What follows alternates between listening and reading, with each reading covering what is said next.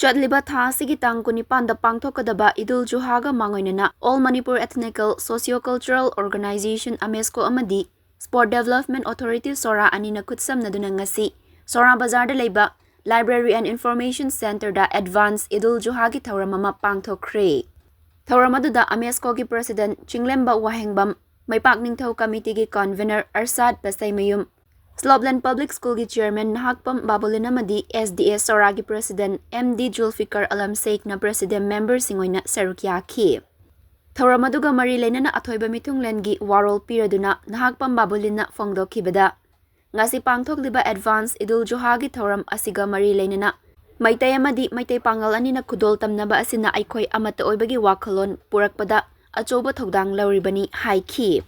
Mahakna hai ngasi diasi gumba tongan ba lining chotpa kanglup singi marakta aikhoi amatani aikhoi ichilinau ngaktani haiba asi khudol piba numit khak ningsingmana yaroi haiki. Asigumba wakhalon asimak mahisang kayada suleptana pangthokpa tangai fade Manipur Cultural University da asigumba tongan mo kanglup singda khudol tamnaba asi leptana uhanba tangai fadaba matam oiraklabani haiki. Thawramaduda AMESCO gi Meitei digi Meitei Pangal singda Eid-ul-Zuha ga mangoinana achomba khudol tambana mapungoiba thawram oiki. Loinana Sora da leiba Meitei Pangal punamiyo yangkhaida AMESCO gi thongmi kayana achomba khudol sing tamki. Ngasi gi thawram aduga mari leinana AMESCO gi General Secretary Dipu Wangkhemna phongdokhibada ngasi iramdam Manipur asida lairiba tongan ba furup kayana amato oibagi wakhalon ga loinana kathokpatana thallaba aikhoi pumnamak amatani haibagi wakhalonda pangthokpani. Mahakna hai AMESCO na pangthokiba thabak tawram singi manungda tongan ba furup kayagi kumai harau kabui jati gi gangai Christian lining gi Christmas ningol chakauba matamda ima ibel iche ichal kaya chakauba loinana sajibu cherau baga loinana sajibu khudol tamba kaya leptana pangthoktuna aikhoi amata oibagi wakhalon mafam kayada sandoktuna lakli ngasi iramdama sida nungsi chanana leiminariba furup kaya asibu thugainaba honarakliba kanglup singadu aikhoi amata oina thengnaminaba tangai fade haiki. Ngasi gi thawramaduda AMESCO gi thongmi kaya amadi Sora gi praja kaya nasu sarukya ki. Tanna thana bidaro thagi wakhalunda tongan ba sathar jarpa adumba babaisi gi manisana ngasisu asingumba levidari ba kurupsi gi manisana leiriba isen amasung divai anigi marakta lengdraba amasung tanna thana bidaro daba marisingi manungda aibagi kurupsi gi adumba Eid-ul-Zuha haiba kumai asina lakpa ga loinana ahamna mukta ya ba izari loinana asingumba Advance Eid-ul-Zuha gi thoram asi ngasisu aikogi marakta lengdraba nisi sanabagi wakhalon amadi kathokpadana thallaba adumba wakhalon aduda aikoi khudimang ikai pumnamugi loinana laminariba Meitei amasung tongan ba furup khudimangna aikoi amatani haibagi wakhalonda asingba thoram asi pangthokjabani. AMESCO na pangthokjarakliba thabak thoram asi aikoina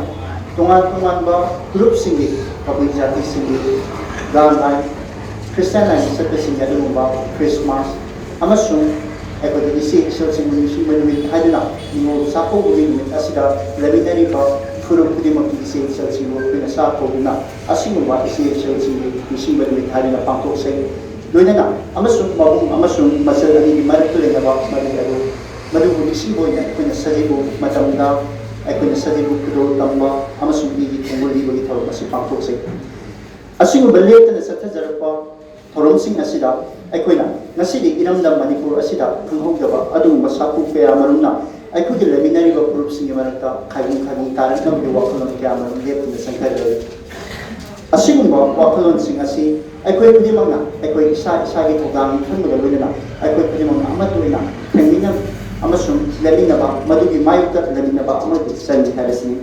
aduga asigumba thoram asi Manipurda aikoi khudimang amatani amasung yellow natragana aikoi himinariba khudimang aikoi amata oina himinasi amasung tongan ba dharma amana dharma amabu ikai pumdabaga loinana aikoi amatani halagi wakhalon adu phungdoi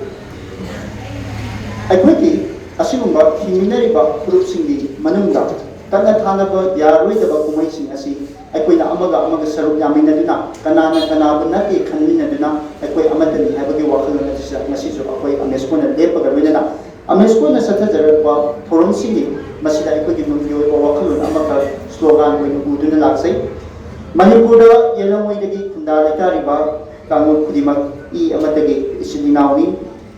ꯑꯩꯈꯣꯏꯒꯤ ꯍꯧꯔꯛꯐꯝ ꯑꯃꯠꯇꯅꯤ ꯀꯥꯡꯂꯨꯞ ꯅꯥꯏꯕꯒꯤ ꯋꯥꯈꯜꯂꯣꯟ ꯊꯥꯗꯣꯛꯁꯤ ꯑꯩꯈꯣꯏ ꯄꯨꯟꯅ ꯍꯤꯡꯃꯤꯟꯅꯁꯤ ꯃꯅꯤꯄꯨꯔ ꯀꯥꯡꯂꯨꯞ ꯈꯨꯗꯤꯡꯃꯛꯀꯤꯅꯤ ꯐꯨꯔꯨꯞ ꯑꯃꯈꯛꯀꯤ ꯃꯅꯤꯄꯨꯔ ꯅꯠꯇꯦ ꯍꯥꯏꯕ ꯑꯁꯤꯒꯨꯝꯕ ꯋꯥꯈꯜꯂꯣꯟ ꯑꯁꯤꯒ ꯂꯣꯏꯅꯅ ꯉꯁꯤꯁꯨ ꯆꯠꯊꯖꯔꯛꯄ ꯊꯧꯔꯝꯒꯤ ꯁꯔꯨꯛ ꯑꯃ ꯑꯣꯏꯅ ꯁꯣꯔꯥꯗ ꯄꯥꯡꯊꯣꯛꯆꯕꯅꯤ ꯑꯁꯤꯒꯨꯝꯕ ꯊꯧꯔꯝ ꯑꯁꯤ ꯉꯔꯥꯡꯃꯛꯇꯗ ꯃꯌꯥꯝ ꯏꯝꯐꯥꯜ ꯇꯦꯡꯗ ꯑꯩꯈꯣꯏ ꯄꯥꯡꯊꯣꯛꯆꯈ꯭ꯔꯦ ꯂꯣꯏꯅꯅ ꯊꯧꯔꯝ ꯑꯁꯤꯗ ꯃꯤꯌꯥꯝ ꯄꯨꯟꯅ ꯁꯔꯨꯛ ꯌꯥꯃꯤꯟꯅꯗꯨꯅ ꯑꯩꯈꯣꯏ ꯑꯃꯠꯇ ꯑꯣꯏꯅ ꯂꯩꯃꯤꯟꯅꯔꯤ ꯑꯩꯈꯣই ꯃꯅꯤꯄꯨꯔꯤ ꯑꯃ ꯑꯣꯏꯅ ꯍꯤꯡꯃꯤꯟꯅꯔꯤ ꯑꯃꯁꯨꯡ ꯑꯄꯨꯟꯕ ꯃꯅꯤꯄꯨꯔ ꯑꯃꯒꯤꯗꯃꯛꯇ ꯑꯩꯈꯣꯏ ꯂꯦꯞꯃꯤꯟꯅꯈꯤꯒꯅꯤ ꯍꯥꯏꯕꯒꯤ ꯋꯥꯈꯜꯂꯣꯟ ꯑꯁꯤꯒ ꯂꯣꯏꯅꯅ ꯑꯩ ꯃꯇꯥꯡ ꯑꯁꯤꯗ ꯇꯦꯟꯁꯤꯟꯖꯔꯤ